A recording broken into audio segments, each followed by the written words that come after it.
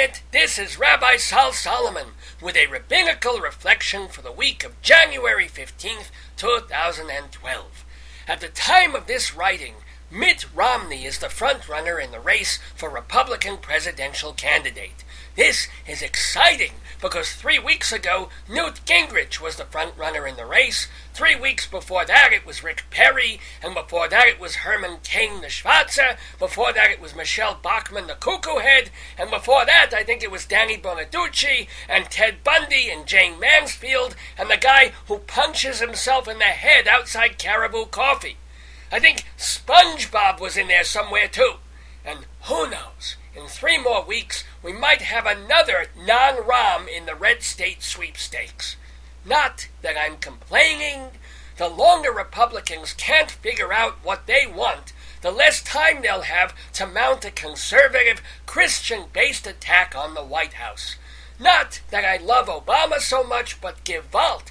If this is the best Republicans can do after 4 years, it makes you understand how they settled on the Bush family 2 decades ago. I wonder if Dick Cheney was sitting in a think tank going, okay, we can either have George and George W., or what? The Menendez brothers? The Lohans? Does Charlie Manson have any kids?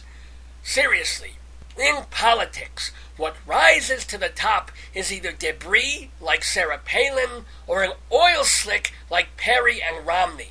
It's a shame, but if you float on the surface, you wash over those who dive deeper. But here's what I don't get. In the Iowa Caucus held 2 weeks ago, Mitt Romney topped Rick Santorum by 8 votes. That's out of 60,000 votes cast between them. Less than 4,000 votes behind was Ron Paul. In other words, out of nearly 100,000 votes cast, less than 4,000 votes separated Romney, Santorum, and Paul.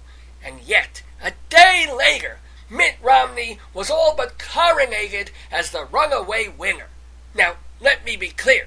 I'd be happy to see Rick Santorum's Bible thumping lead to his quick exodus.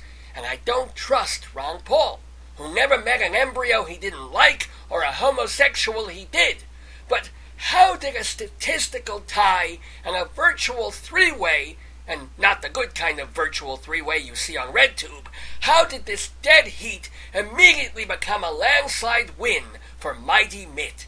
Is it because the Republicans did not want to spend millions fighting a battle they figured Romney would eventually win anyway? Is it because everyone in both parties is shaking in their boots over Ron Paul because, like him or not, he's the only real game changer? Or is it simply because Mitt Romney looks like the privileged son of Ronald Reagan and George Hamilton and thinks like the privileged son of Ronald Reagan and Max Headroom?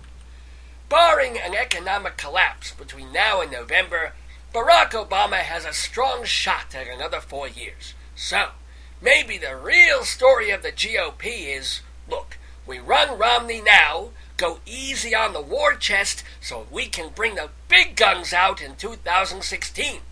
Of course, by current Republican standards, the big gun could be Fred Phelps or Jack Van Impe. As a liberal and as a middle-aged man jealous of anyone with a full head of hair, I can't see voting for Romney. But if you're not going to support him, please don't support him for the right reasons. It bothers me when people say Romney is unelectable simply because he's a Mormon. It's like a dirty word. It's like voodoo to some people. Oh, he must be crazy because he believes in a crazy religion. As if Judaism and Christianity weren't based on fairy tales and sanctimony, not to mention sanctimonious fairy tales. Look, if you've ever stayed in a Marriott or watched the BYU Cougars in the NCAA, you know that crazy does not mean incompetent. And, as a Jew, I also feel a kinship with the Mormons. We both believe in rules written on giant tablets. We both wear amusing undergarments. Mine happen to have yellow stains on the front, but that's not religion, that's prostatitis. We both think there's something to be said for having one God and many wives. And finally, we both believe that the United States of America is a magnificent and even blessed place. Or, at least it was until the last gang of Republicans got through with it.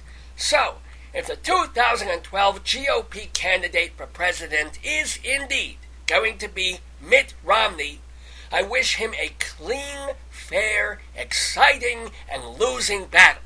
Not that I wish him ill, but it's the quickest path to his obvious true calling, future game show host on Fox. Hey, if he were up against Santorum on CBN and Michelle Bachmann on Brightzillas, he'd get my vote. Just not against Ron Paul on public access. This has been a rabbinical reflection from Rabbi Sol Solomon, Temple Sons of Bitches. Tomorrow is a latter day.